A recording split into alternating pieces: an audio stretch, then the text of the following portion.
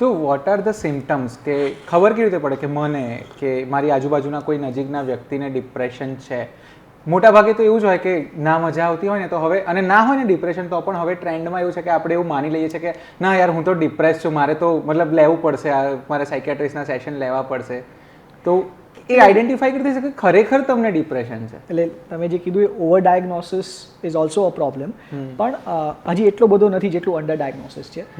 Identify કરવા માટે scientific ક્રાઇટેરિયાને જો આપણે બહાર સાઈડમાં મૂકીએ તો 15 દિવસ, સાયન્ટિફિક ક્રાઇટેરિયા એવું કહે છે કે 15 દિવસ સુધી મૂડ ખરાબ રહે.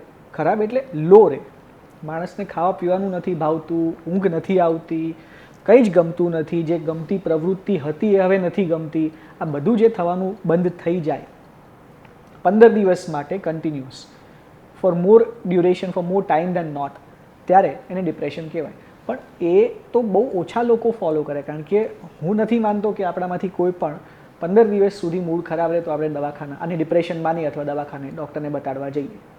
પણ કન્ટિન્યુઅસ તમારો મૂડ અપસેટ રહે છે, તમારી ફિઝિકલ કેપેસિટી ઓછી થઈ ગઈ છે, પથારીમાંથી બહાર નીકળતા તમને એનર્જી લાગે છે, રાતના તમે પડખા ફરી રહ્યા છો, ઊંઘ નથી આવતી, અથવા પડ્યા રહેવાનું મન થાય.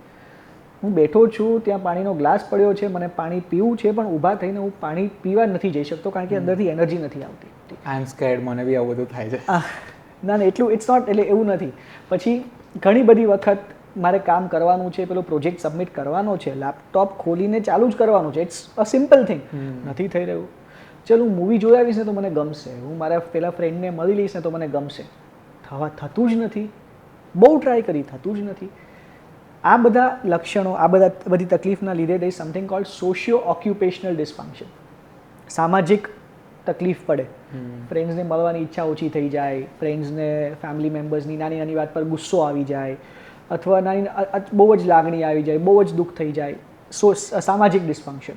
ઓક્યુપેશનલ ઓર એકેડેમિક ડિસફંક્શન એટલે શું કે મારું ભણવાનું બગડી રહ્યું છે, કારણ કે મને ખબર છે મારે વાંચવાનું, પણ ત્યાં ધ્યાન જ નથી રહેતું, અથવા હું ઊભો થઈને ચોપડી ખોલી જ નથી શકતો, લેપટોપ ખોલી જ નથી શકતો.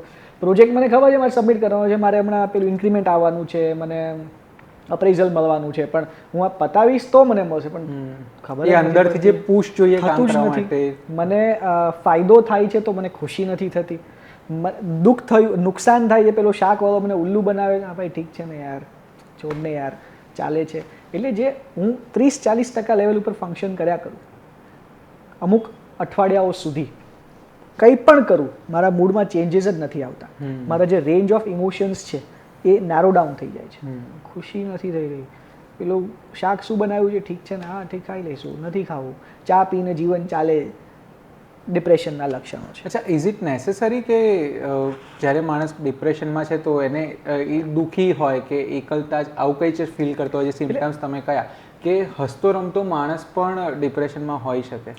હોય જ. I mean C, it is very important, મેં ઘણી બધી વખત કીધું છે કે આપણે આપણા ઇમોશન્સને ઓળખીએ, આપણે આપણા ઇમોશન્સને રેકગ્નાઇઝ કરીએ. મને જે થઈ રહ્યું છે પણ હું એ સ્વીકારીશ નહીં, અને હું એક્ટિંગ કરીશ કે ના ના ના ના, મને તો મજા છે, હું તો શોપિંગ કરી આવ્યો છું, મને બહુ મજા છે, હું નવી ગાડી લઈ લેવાનું છું એટલે મને મજા જ છે. આ જે ડિનાયલમાં રહીશ, એટલે એક આ કારણ. બીજું, બિકોઝ સમાજમાં એક્સેપ્ટેબલ વસ્તુ નથી આ. લોકો શરમાય છે સ્વીકારતા, બતાવતા, એટલે એ લોકો બીજા બધાની સામે એક્ટ કરે. હાઈ ફંક્શનિંગ ડિપ્રેશન કરીને એક વસ્તુ છે કે વધારે ઓફિસમાં સ્પેન્ડ કરે છે ટાઈમ, કારણ કે ઘરે એકલા પણ લાગે છે. પેલામાં કામમાં હું ઓક્યુપાઈડ રહું છું, મારું મગજ એમાં ઓક્યુપાઈડ રહે છે, કારણ કે હું મારા વિચારો સાથે નથી રહી શકતો, મારા વિચારો મારા માટે બહુ હાવી છે.